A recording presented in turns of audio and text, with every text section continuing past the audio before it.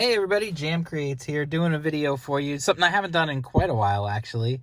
It's a car video. The only difference is I'm not actually driving at the moment. I'm just sitting in a parking lot. I'm waiting for something, so I figured I would take a minute and just talk to you guys about something that's been going through my head. And it's funny because it's been going through my head, but it's been kind of on an unconscious level. Until just recently. So if you hear any noise, it's just cars going by. It's not a whole lot I can do about that. I'm parked kind of like right by a fairly busy road. So hopefully the audio comes out all right. You guys know, any longtime people to the channel know I used to do videos driving in my car. So you'd hear like my turn signal and all kinds of stuff. But anyway, okay, into the actual point of the video. If you're new here, by the way, don't forget to like and subscribe and all that good stuff. What I wanted to talk about was this feeling. It's a feeling I had, and it took me a little bit to really like quantify it, and for it to really set in. Because like most things happen slowly over time. So what I'm talking about is, and it's probably going to be the title of the video, something along the lines of, excitement turning into dread. And what I mean by that is, there used to be a time where all sorts of big announcements would be met with instant excitement. They would announce a new movie or a new TV show or a new comic or whatever it might be, and you might see a trailer or a video game, whatever, and you might see a trailer and instantly you just are hit with excitement and you're just super excited and you can't wait, and this is going to be the coolest thing ever, and you just can't wait to check it out. And then what I've noticed is, it's probably now got to be at least 10 years of this building up. It's probably longer than that, the build up, but the time where my excitement at new announcements has turned into dread, probably for the last, it might even be for the last 10 years, honestly. Maybe a little less. I don't know. It's hard to put a firm date on it. But what happened is, all these reboots, all these relaunches, all these different takes on things, all these new people getting put in charge of old franchises and all that kind of stuff, it has the awful quality of so much of it has given me to go from being excited at an announcement to almost being mad about it. Like, I dread when they're going to announce, oh, we're doing a reboot of Jaws. Like, why? That movie is a perfect movie. Just leave it alone. Do something new, please.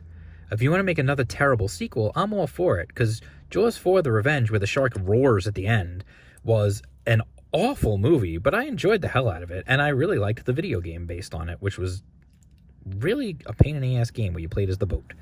But I beat that game.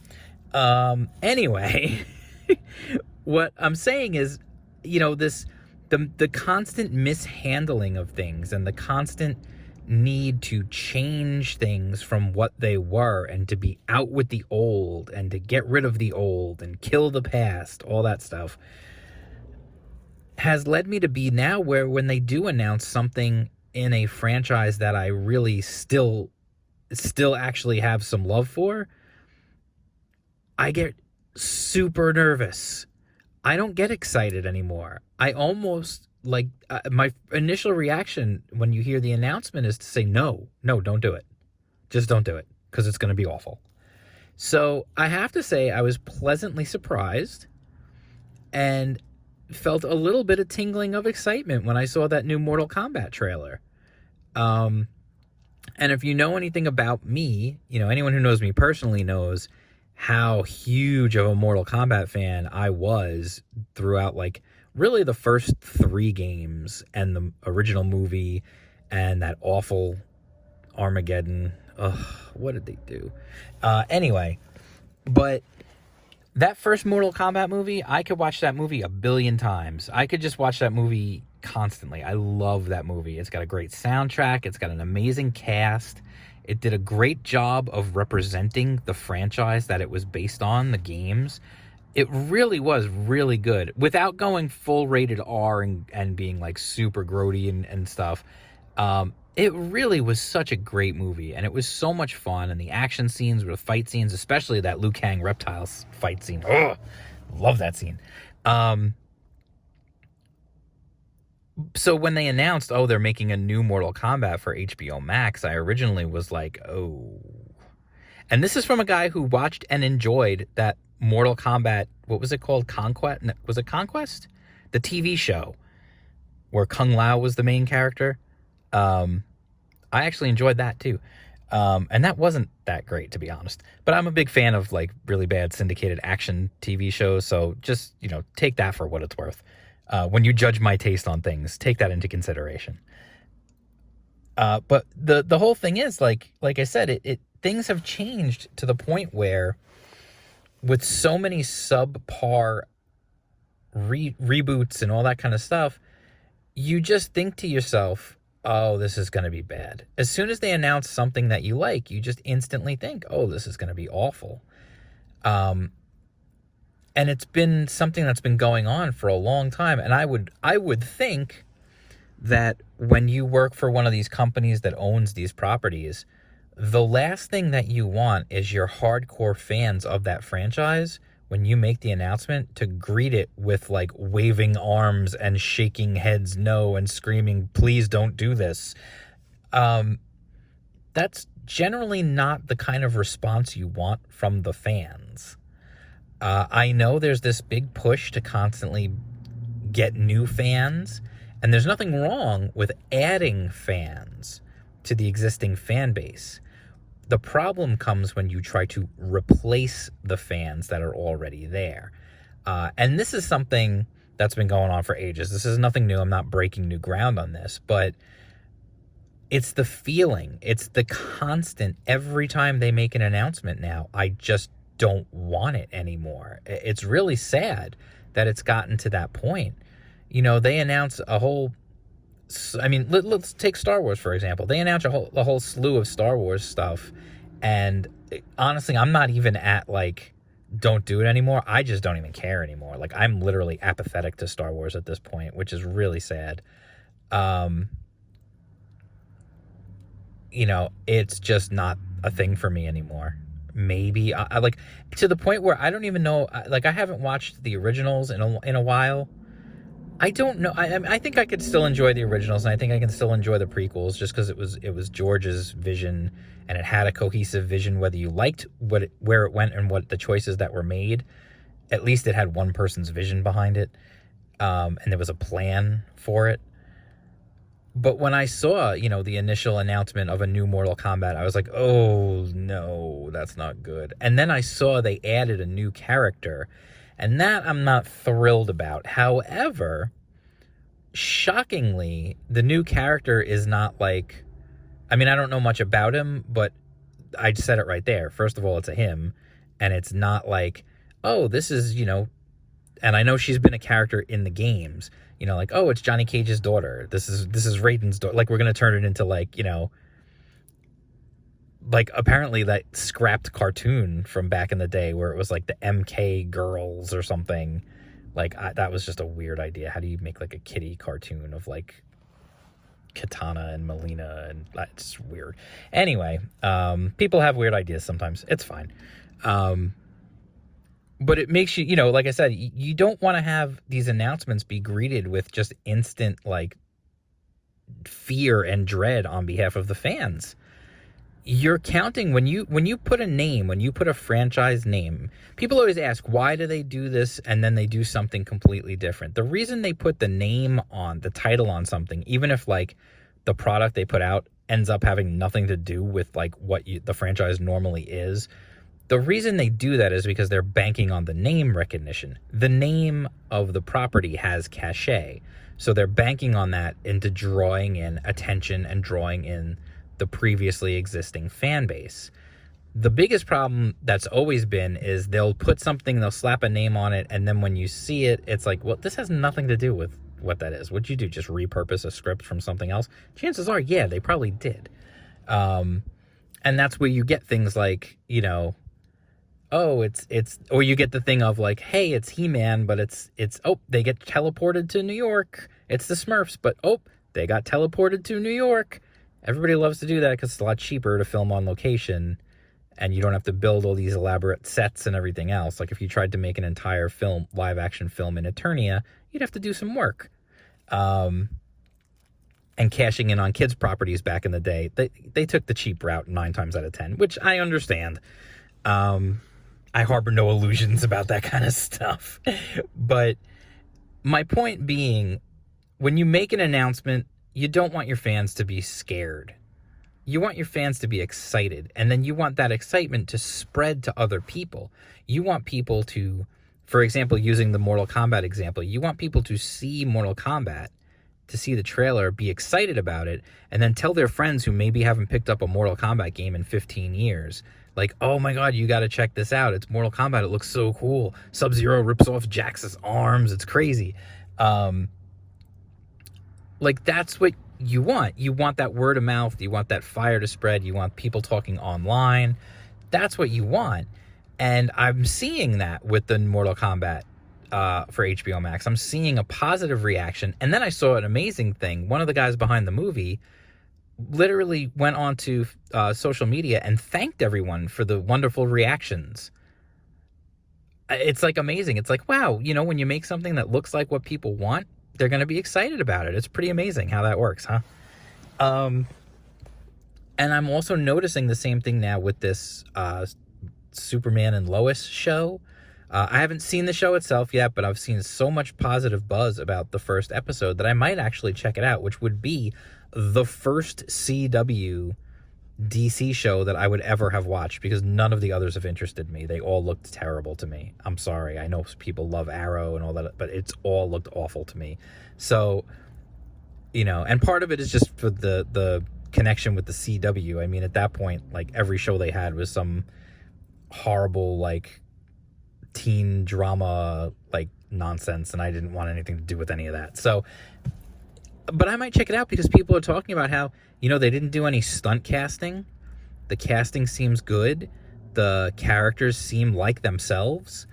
And it's, like, shocking. Like, people are literally shocked. They're having shocked reactions that the characters in a Superman show seem like the characters from Superman. That's absurd. That shouldn't be, that people are so taken aback by that. That should be standard. That should be the standard operating procedure. If you are making something from a franchise, it should be like that franchise. If something is a franchise, it's a franchise for a reason. It's a franchise because people liked it and got behind it and spent money on it, and that made it a franchise.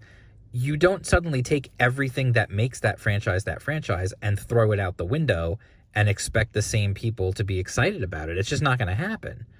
You know, it's the same way when you try to, you know, if you were to like, let's say, for example, suddenly they hired, like, the Hallmark Channel hired Michael Bay to make a movie, to make one of their Christmas movies, let's say. And in his Christmas movie, it's nothing but explosions and car chases and, you know, action scenes and everything else. And it's not the, you know, the professional woman who goes back to her hometown to save her family's bakery and meeting her long lost love, and blah, blah, blah, which is, like, basically the plot of 99% of those movies. But there's a reason why those movies are all so similar. It's because it works. That's the audience they have. That's the audience that is responding to what they do. And that's the audience that enjoys what they do. And so that is the audience that they continue to serve. So many franchises now have forgotten about the audiences that they should be serving, that they just throw everything out and they make these awful, awful decisions. And it's gotten to the point where it has happened so many times. It's like anything else in the world. You know, you put your hand on a hot stove, you learn, don't put your hand on the hot stove again. When you go see 3 bad adaptations or versions or reboots of something, eventually you go, yeah, I'm not doing that anymore. I'm just not going to do it. If every time I walked through my house, I made a turn into my kitchen and smacked my head on the cabinet door for some reason, I would stop going that way, or I would just take the damn door off. It's the same thing that they don't seem to understand, is people just don't want a lot of the crap that they've been giving everyone. And so fans are genuinely scared. Like, they're terrified to have franchises touched. Whenever I hear like somebody who hasn't really been super involved in a lot of things, of this type, and then they say, oh, it would be really cool. It'd be really cool if they made a new whatever, insert old franchise here. And inevitably I shudder inside. I think to myself, like, no, don't do that, because the old one was so good. Just don't ruin it. We showed my daughter Back to the Future the other day. She saw it for the first time, and that movie is so good. It's such a great movie. And my wife and I both said the same thing. We both said, I'm shocked that they haven't remade it, but I am so glad that they haven't rebooted it. It doesn't need it. Leave it alone. The movies still hold up. It's still good. It's still entertaining. A 14-year-old in 2021 just watched that movie the other day and loved it. Just leave it alone. And I'm only hoping that maybe because it's, of the people involved in making the original, they have enough cachet in Hollywood that they don't, and they certainly don't need the money, that they're just like, no, just leave it. And they're not going to do the reboot. Same thing, like I said, with Jaws. I'm hoping that that's what it is. But until people can prove that they can take care of something and do something good with it, owners of these properties need to start really aggressively defending them. They need to start protecting these things before they are run into the ground. Star Wars was one of the biggest franchises in the world. It is like it's like a half dead possum on the side of the road that's just twitching. It's still alive, but barely. And if you come near it, it's liable to bite you. That's Star Wars now. And Star Trek, don't even get me started on Star Trek. I love Star Trek. Star Trek is not Star Trek anymore. I hate what it has become. I don't watch it. I haven't watched any Star Trek anymore since, well, I guess technically the last thing I watched was the 2009 J.J. Abrams movie. But honestly, none of the other stuff has any pull for me, because I know what they're doing with it, and it's awful. It's not Star Trek. Because they decided the things that make Star Trek aren't cool. We need to make it cool. Well, dumbass, the reason it's been a franchise for so many years, since the 1960s, is because of what it was. You can't remove the heart of what something is and then expect it to still be popular. So anyway, that is just my thoughts on this thing that's been going through my head of excitement has turned to dread. Now, there are still some places where I get excited about things, and one of those few places is Nintendo. Nintendo announces something, I get excited, because Nintendo has been so careful about stewarding their franchises, almost too careful to a point where you don't get a new entry in a series for, decades. Metroid. So, just saying, that's kind of a thing too, but I'd rather them be more careful than not careful at all, and then have a thing that I love get ruined. So anyway, that's just my thoughts on that. Thank you so much for stopping by. If you're new to the channel, make sure you subscribe, hit the bell for notifications, give this video a thumbs up if you liked it. If you didn't, give it a thumbs down. That's fine too. Interaction is interaction. That's good for the algorithm. And also, I just want to remind you guys, if you missed it just the other day, Tuesday, we did a live stream, the very first episode of the best ever. A whole panel of us got together and we talked about Teenage Mutant Ninja Turtles for a little over an hour. It was a super fun time. And I can announce right now that next Tuesday's show, episode 2 of the best ever, will be, I mentioned Nintendo, it's going to be focused on the original NES, the Nintendo Entertainment System. That's what our next episode will be. Tuesday, 7 p.m. Eastern Time.